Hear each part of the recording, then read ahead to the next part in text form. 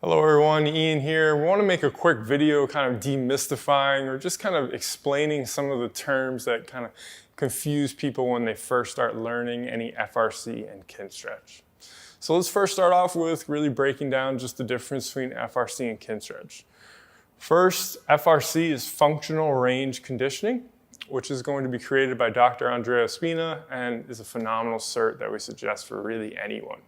Now, when we think about Kinstretch, it's really not different from FRC. It's actually FRC applied within a group setting, which is why you go to a Kinstretch class. Or if you're doing your Kinstretch practice, you're basically doing an FRC practice. Now, from there, we have CARs, or controlled articular rotations, which are really just a kind of a fancy way of saying a joint circle. The uses for that are endless, but one of the main ones that we do is really think about maintaining your joints. So you hear we often say, if you don't use it, you lose it. That's what you can think about brushing your teeth for your shoulder, for your hip, for your spine, maintaining them through daily movement. We can go beyond that and turn it into a training stimulus, right? We can add ankle weights to it. We can make the intensity harder. We can do reps. So there's really endless applications of controlled articular rotations.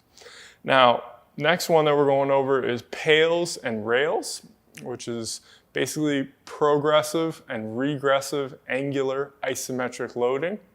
As a student or even a coach to a baseline level of expectations, what we really want to know is that we're using isometric contractions geared towards temporarily expanding range of motion. So what we're doing is kind of overriding the stretch reflex, which is similar to almost like a governor on a car that kind of takes you to stop at 140, even though the car is capable of 160. When we do an isometric, it can be simple. For an example, in the 90-90, I get over it. My pails, I push down, so I'm training one side of the joint. My rails would be to try to lift up. You're not really seeing any visual movement, which is, again, why it's really an isometric contraction. But what I'm trying to do is actively pull myself deeper into the stretch.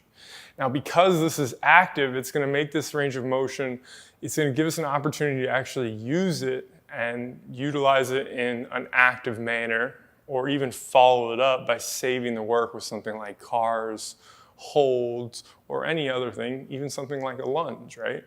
So those are kind of a little breakdown of all the main terms that we see confusing some people.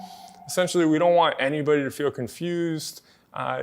In terms of really getting a strong grasp on all of this, it's obviously much more than that. There's a ton of science that goes behind it. And we suggest, like I said, everyone going to the FRC cert to really understand the basics and even beyond.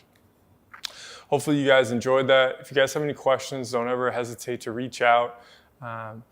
Really appreciate you and enjoy the rest of your day.